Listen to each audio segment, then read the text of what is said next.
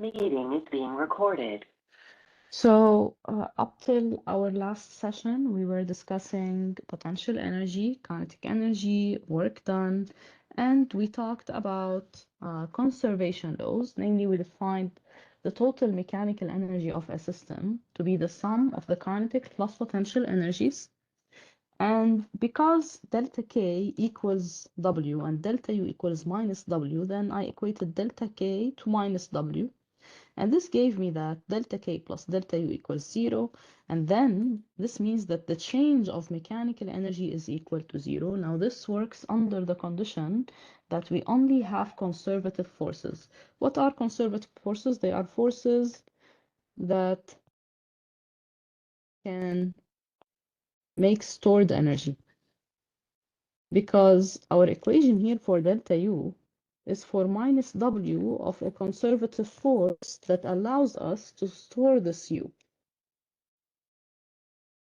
Whereas for delta K, our equation is W net. So if the net forces are all conservative, then they all have potential energies, and then I can say delta K equals minus delta U.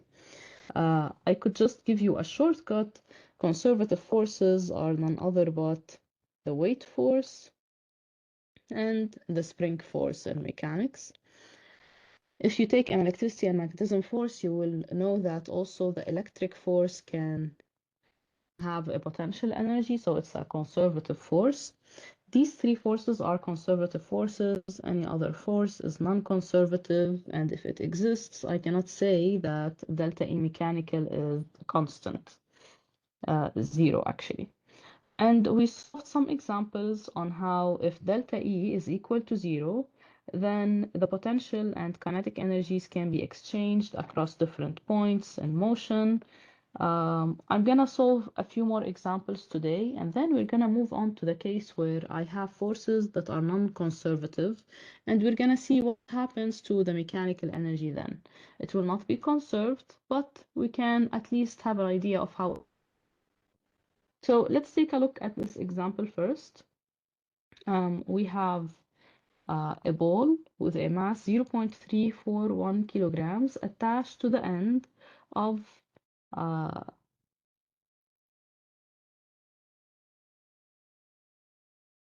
sorry, so when students join, they block my screen. Okay. So it's attached to the end of a thin rod with length 0.452 meters and negligible mass.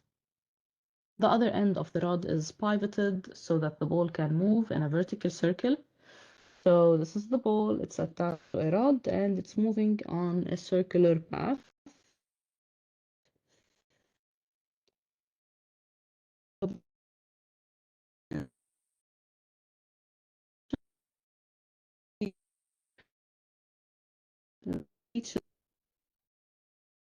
This is done on the ball for point. Where is our lowest point? It's over here. I will label this. Yes. This meeting is being recorded. So we want the work done by gravity from the initial point, which I labeled as O, to the lowest point, which I labeled as A. I remind you, the work done by gravity, I could write it as W equals minus mg delta H. Why? Because the work done by gravity is minus delta U, and delta U is mg delta H. So I'll just look at the change in heights. I need to choose my reference for the height whenever I solve a problem on potential energy. So I'll choose my reference. You can either choose A to be your reference or the initial point, and then the height at A will be negative. Up to you, really.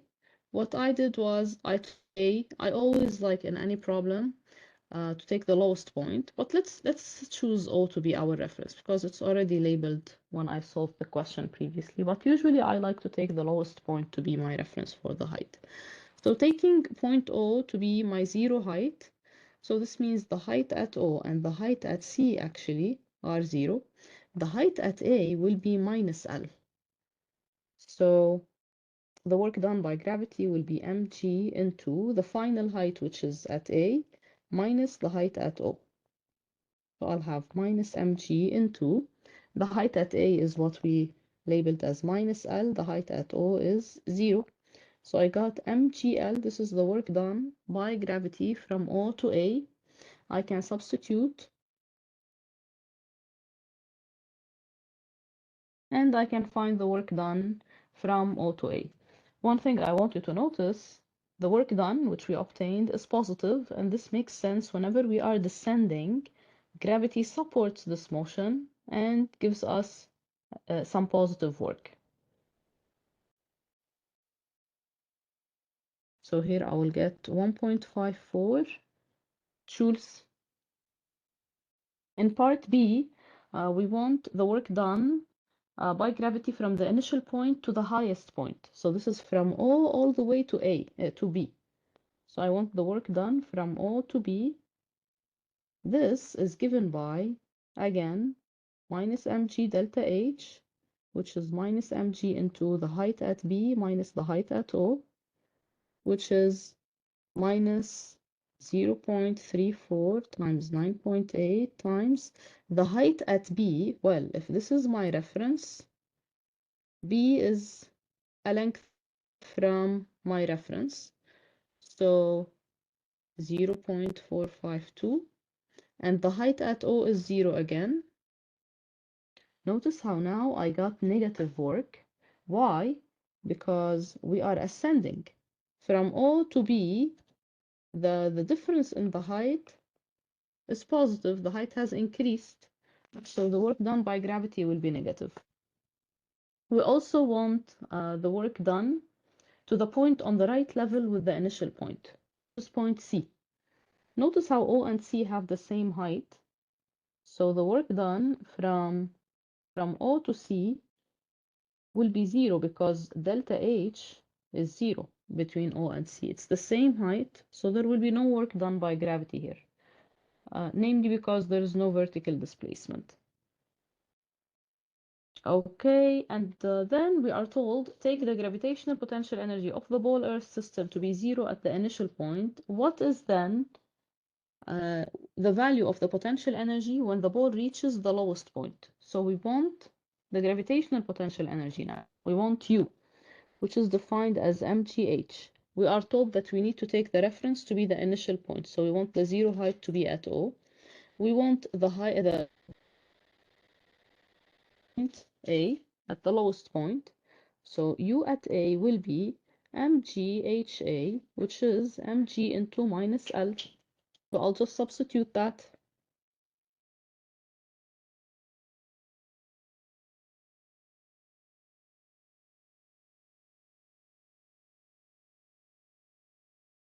Notice how I got a negative sign. Why? Because point A is below my reference, so the gravitational potential energy it will have will be negative. Similarly, we want at the highest point and the point on the right level. So at the highest point, we want U at B, which is just going to be plus 1.54 because then the height at B is plus L. And U at C,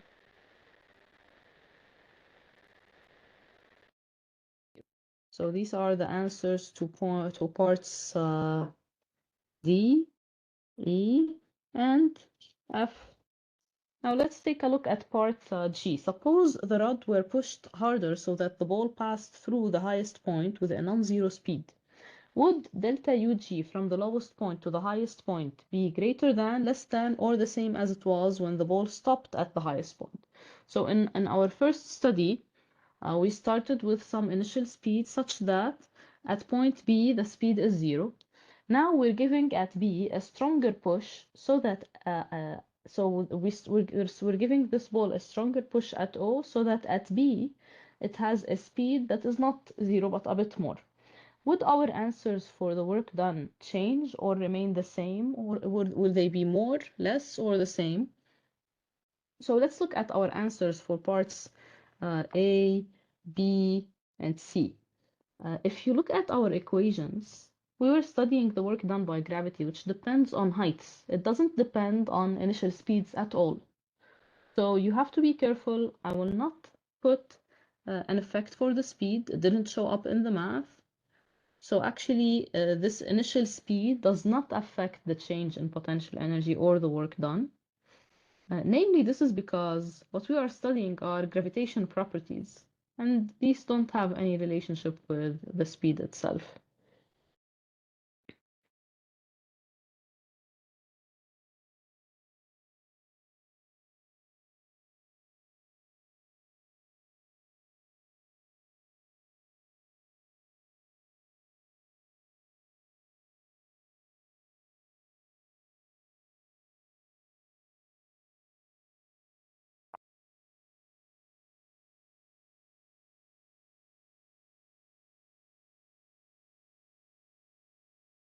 So these will essentially stay the same.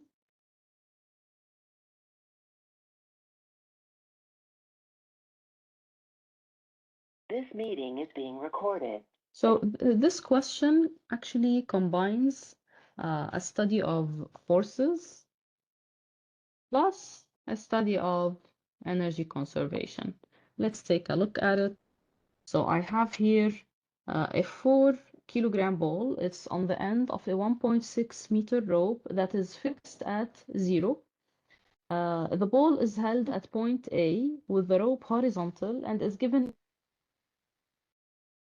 initial velocity. The ball moves through 3/4 of a circle with no friction. It arrives at B with the rope barely under tension. I would write this as tension is equal to 0. The initial velocity of the ball at point A is closest to, so what I want to find is V0, the initial speed at point A.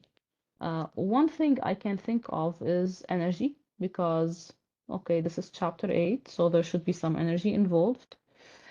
If I make a conservation of energy between points A and point B, then I can substitute and try to find the speed at A, right? At point A, the object has a kinetic energy, which is none other but V0. The kinetic energy comes from the speed V0 that the object possesses at point A. And there's also a potential energy, which is, well, when I want to talk about potential energy, I need to choose my reference. I can choose my reference of height to be here. So this is my 0 height. It makes things easier in this problem in particular, because then I'll just put 0 for the potential energy at A. At point B, what do I have? Half m VB squared plus mg into 1.6 meters. This is the height at B with my 0 reference to be at point 0. So the masses cancel out. What I want to find is V0, the initial speed. That's what I want. But I have an issue, which is that I don't know the speed at B. And that's where the study of forces is gonna show up. What I'm gonna do is, I'm gonna make use of the circular motion fact, and in particular, I will study point B, where I know the ball has a weight force acting on it, and no tension, because the ball arrives to point B with the rope barely under tension. There's no tension, which is good, because I don't know the value of the tension, and I don't want to worry about it. Then if you study at point B the forces that you have, you will have sigma F equal to mv squared over r. I'm taking the centripetal acceleration, the uniform circular motion acceleration, and for the sum of forces, I'll just have the weight force. The weight force is downwards, and the acceleration here is also downwards, by the way. So I can put a minus sign here as well. Which speed is this? This is the speed at point B. Notice how now I can solve for the speed at B. It will be radical G times R. The masses cancel out, so I substituted W by mg The masses cancel out. I can rearrange for the speed at B. And this is gonna be 9.8 times the radius, which is 1.6. You can find the speed at B. That's perfect. I can now solve for VO. This is gonna be 9.8 times 1.6 plus 2 times 9.8 times 1.6. This is, so I can calculate that.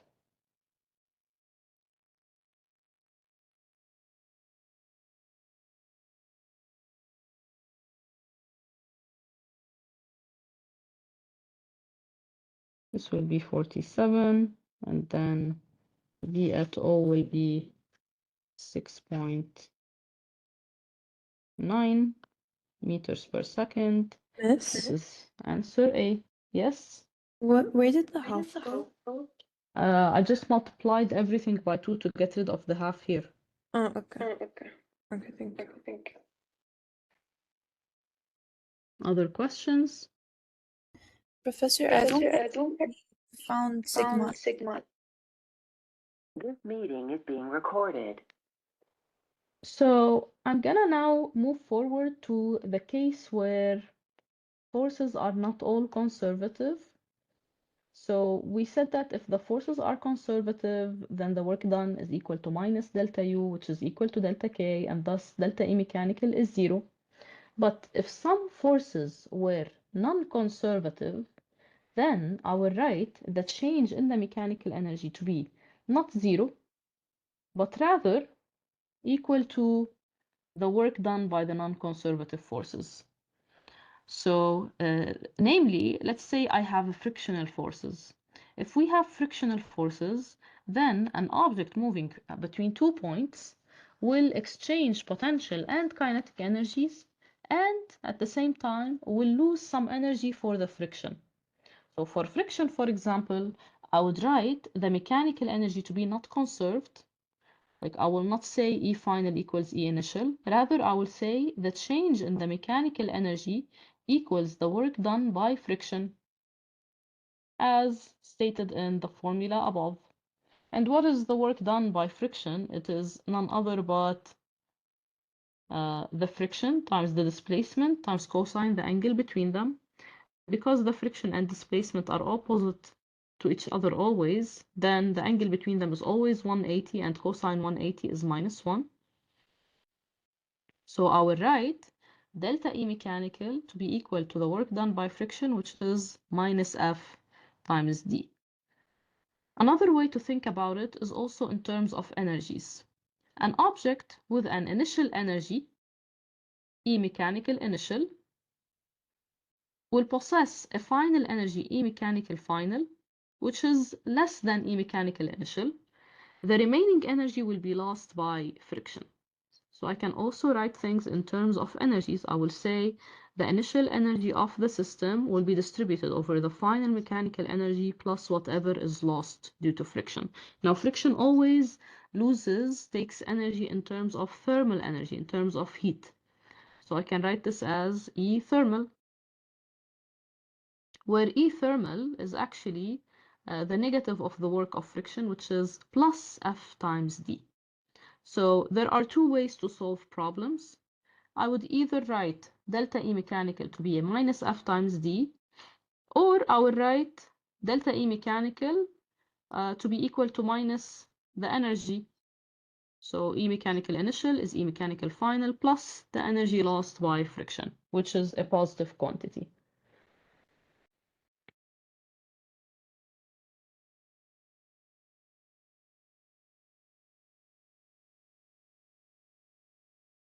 And one thing to notice is I can also write that the total energy of an isolated system will be now the sum of the mechanical energy change plus the thermal energy change, plus if I have any internal energy, any other kind of energy, all of these should add up to 0.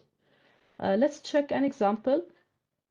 If wood chipper pushes a wood crate of cabbage heads, total mass is 14 kilograms across a concrete floor with a constant horizontal force F of magnitude 40 newtons in a straight line displacement of magnitude D equals 0.5 meters.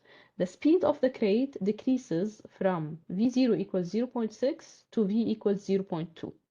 So in fact, this horizontal force is not enough to speed up the crate. It's actually decreasing, which means that the acceleration is negative, and this means maybe there's some friction which is opposing the motion. Okay, what is our question? How much work is done by this force F? And on what system does it do the work? So the work done by F can be written just as W equals F times D. I know the force, it's 40 newtons. I know D, it's 0.6. So I'll just use 40 times 0.6 equals 20 joules. I have a small remark here. Do not use in this question W net equals delta K.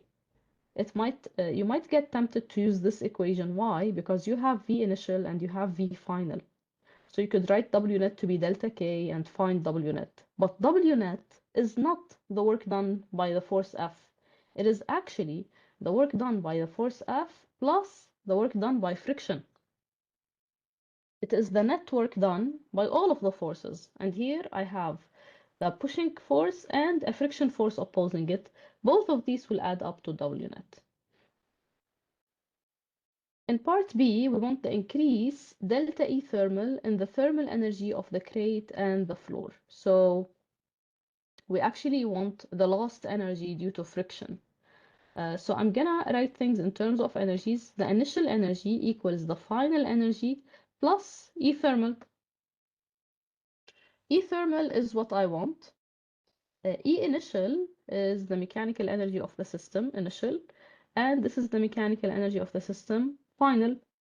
One thing I know is that these two are basically the total energy of the system. I can study the total energy in terms of, okay, it's not just the kinetic energy. One thing I can do is I can find the net work done. Okay, so let's take a look at my problem here. E initial is the total mechanical energy of the system, which I can write as K plus U, and E final is also the total mechanical energy of the system at the final point. Now, if I use this as kinetic energy and this I write it as kinetic energy, I'll have to add here the thermal energy plus the work done by the applied force.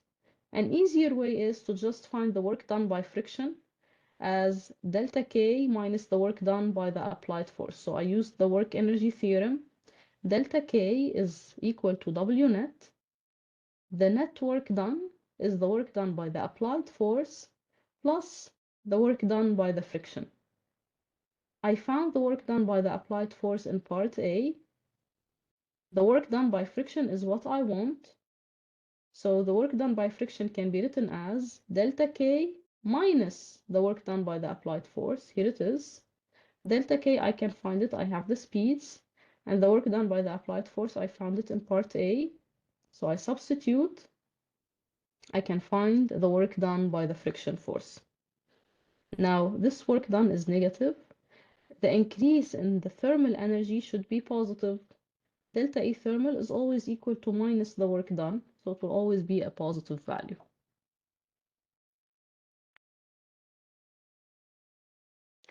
Let's take a look at this conceptual question. In 3 trials, a block is pushed by a horizontal applied force across a floor that is not frictionless, as shown in the figure. So we have some friction.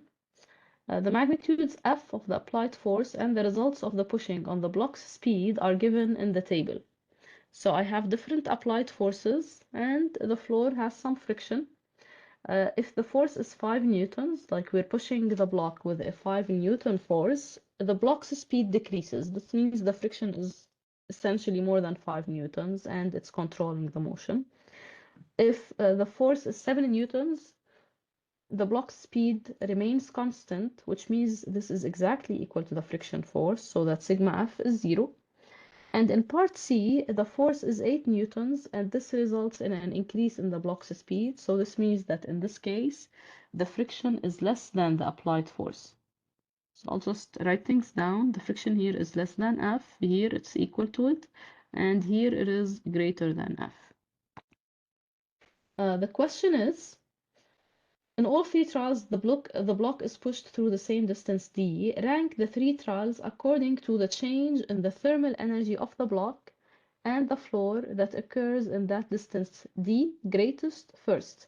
So I want to rank according to the change in the thermal energy, which is none other but minus the work done by the friction, which is none other but the friction times the displacement with a minus sign, and then I get a positive sign. How would this vary across the three cases? One thing I want you to be careful about, what is changing in the three cases is the applied force F, whereas the friction, this is a kinetic friction because the object is moving, it is just mu k times n. The applied force is horizontal, so it will not affect the normal force, and thus the friction is constant. Even if I change the pushing force, the friction is just a property of the surface and depends on the vertical force only. So the friction is the same, which means that the change in the thermal energy will be the same for all cases.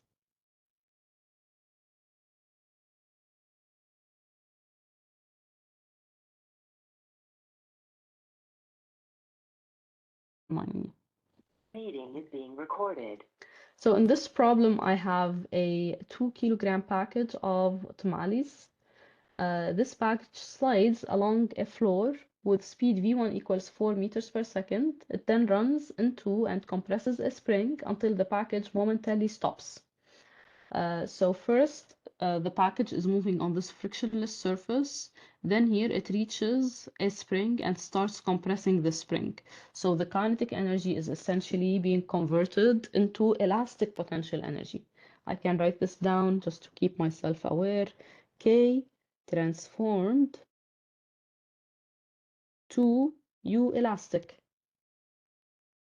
The heights are always the same. As you can notice, the package did not ascend or descend, so UG will not change, and I don't have to involve it in my equations. So I will not really have an effect for gravity.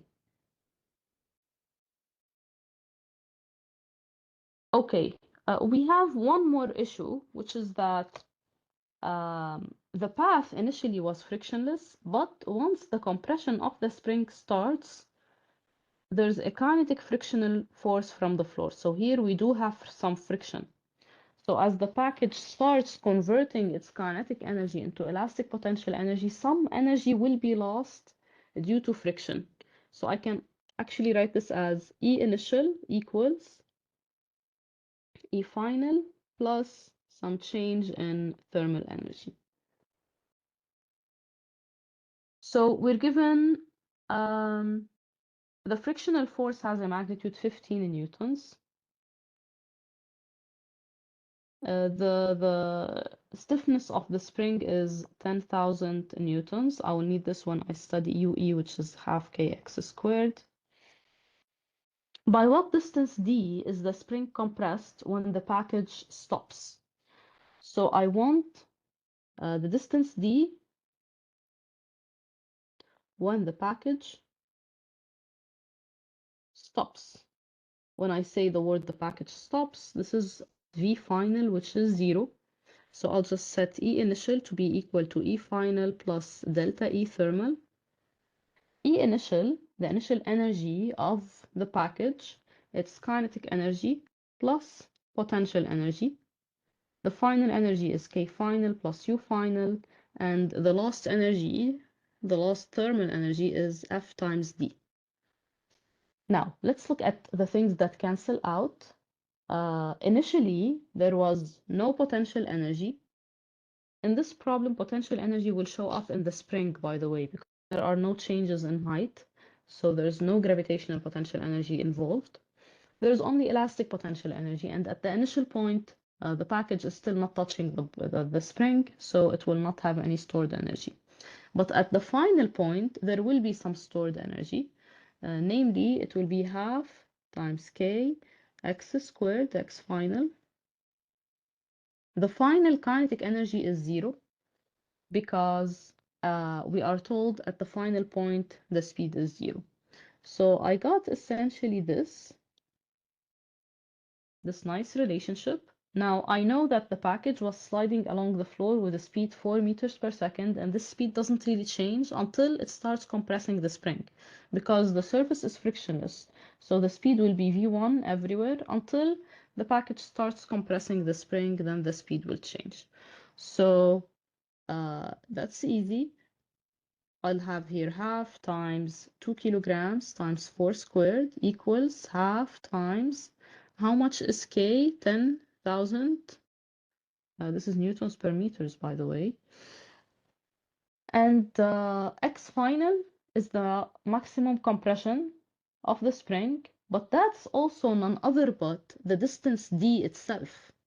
X final is the same as d because the compression starts here and we want the distance by which the spring is compressed when the package stops. So we name this distance d already.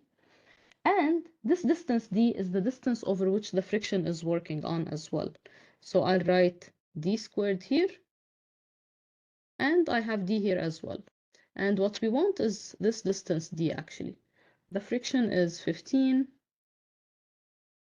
So I can just work on this equation and try to solve for the distance covered. I can try to find the final answer. This is 0.055 meters. So I mainly worked through a conservation of energy. Here the energy is distributed over the final energy and the energy lost due to friction. I substituted the energy lost due to friction to be negative of the work done by friction, which is just F times D. And the distance over which the friction works is none other but the distance by which the spring is compressed. So these two are the same quantity. This is the major source of confusion in solving such a problem. Many students will not realize that D here is the same as X here. And then they would see two unknowns and not know where to continue.